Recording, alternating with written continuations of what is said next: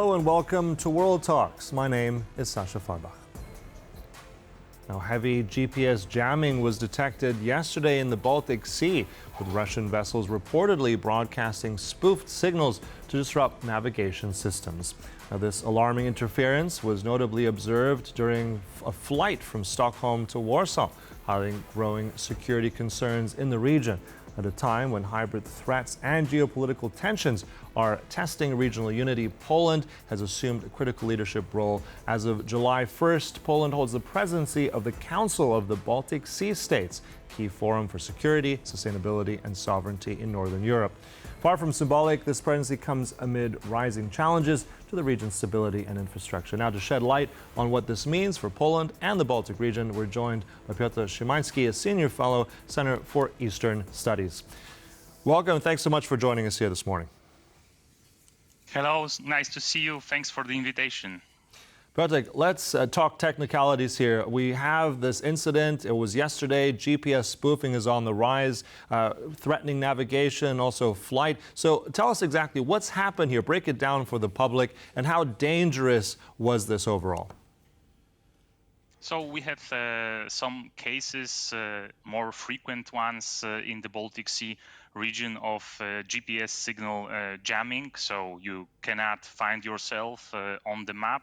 And GPS spoofing, that you are located at your screen in a different place than you really are. So these are dangerous not only for flights, but to sea movement and maritime shipping. There are frequent problems with the navigation in the seaports. It relates especially to the areas around the Kaliningrad region, where Russia is testing different kind of jamming signal equipment, and it is more or less problematic in other parts on the Baltic Sea region.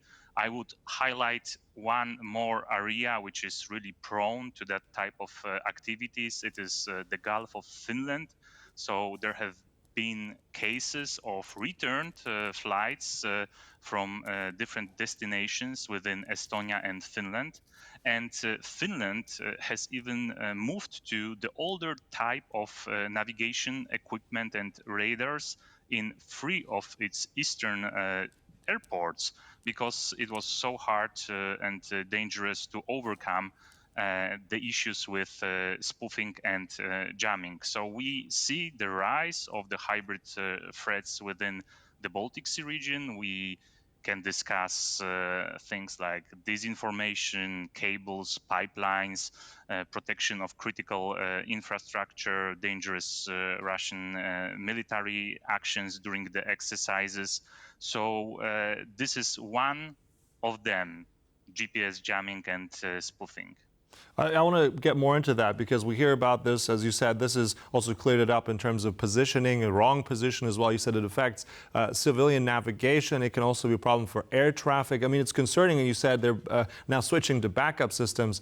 But I'm wondering, tell us a bit more, if you can, about the frequency. I mean, this is only affecting civilian frequency on GPS. Is this also impacting military or let's say naval NATO forces as well? Are they on? Is this the same system, or is this only on the civilian bandwidth here? There are ways to handle with that, even in the civilian sector, and the frequency of this type of events varies. So this is hard to detect and say if a certain kind of interference results, for instance, from a malfunction or intentional actions by Russia, or accidental actions by another state. So this is the nature of a hybrid threat, that it is very hard to say at the end who is responsible, and who to blame, and what actions to take as a response. But of course, we have to invest in the region in more resilient signal communication and our own GPS capabilities. I mean, satellite communication the space is the future. I mean, who controls the space, controls situation on the battlefield, on in shipping, in communications. So it is crucial to remain resilient and forward-looking in that domain. You're saying that the future is also about staying resilient, so it's technology that can be something that can help us in all this. I suppose the military has its own plans for this. But at the same time, looking at the threats, and you said hybrid threats encompass various different things. With this GPS and jamming, how, let's say, what is the this kind of scale, like how in a terrible situation, you said certain flights had to turn around. I remember it's not so long ago, some months ago, we had that flight also from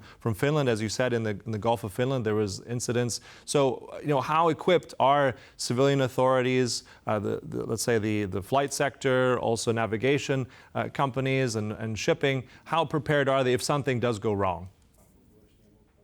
I mean, we observe coming back to more traditional type of equipment. So as I mentioned in case of Finland, so there are certainly some measures to overcome this kind of jamming and spoofing, and this is one of the possibilities. And of course, there is yet another option to invest in different types of signal links in the region. So I wouldn't say that it is like a permanent threat which is constant in the Baltic Sea region. It is from time to time, and it depends on the activities of Russian naval assets or the air force, and things that Russia does militarily. And yet another area in which this kind of activities by Russia is visible is the high north. So this junction of Finland, Sweden, and Norway in the Arctic. So because of the presence of the Russian Northern Fleet, they are struggling with this kind of interference as well. So I also want to come back to now the Polish presidency of the CBSS, so the Council of the Baltic Sea States. So what can we expect here in terms of actual tangible progress here? I mean, are we going to see something more with coordination? Just give us a brief take on what we can expect from Poland and the member states now. I mean, we just ended one presidency in the Council of the European Union, and another presidency starts right after on the 1st of July. So what a year for the MFA in Poland. And I think that the priorities for our country in the Council of the Baltic Sea States, which is an international organization established in 92 with its permanent office secretariat in Stockholm. And this organization gathers all countries around the Baltic Sea region, plus Norway, plus Iceland, plus European Union, excluding Russia since 2022. And within that organization, Poland's priorities are pretty clear. So we want to enhance cooperation in order to counter hybrid threats, in order to make the region more resilient. So two aspects are highlighted. First, the protection of critical infrastructures. It would be something very important to deal with and to handle within that format of cooperation. And the second dimension of profound importance is Russian, the so-called Russian shadow fleet and the risks which are being posed by these old uninsured tankers in the Baltic Sea region. What is also emphasized by the Polish authorities is that the organization wants to be ever more open for the cooperation with the Ukraine. And it is also in line with the report written by Ilves and Landsbergis, so the former president of Estonia and the former foreign minister of Lithuania. So they were both tasked to write a report on the future of the Council of the Baltic Sea States. This report is available and was published in May.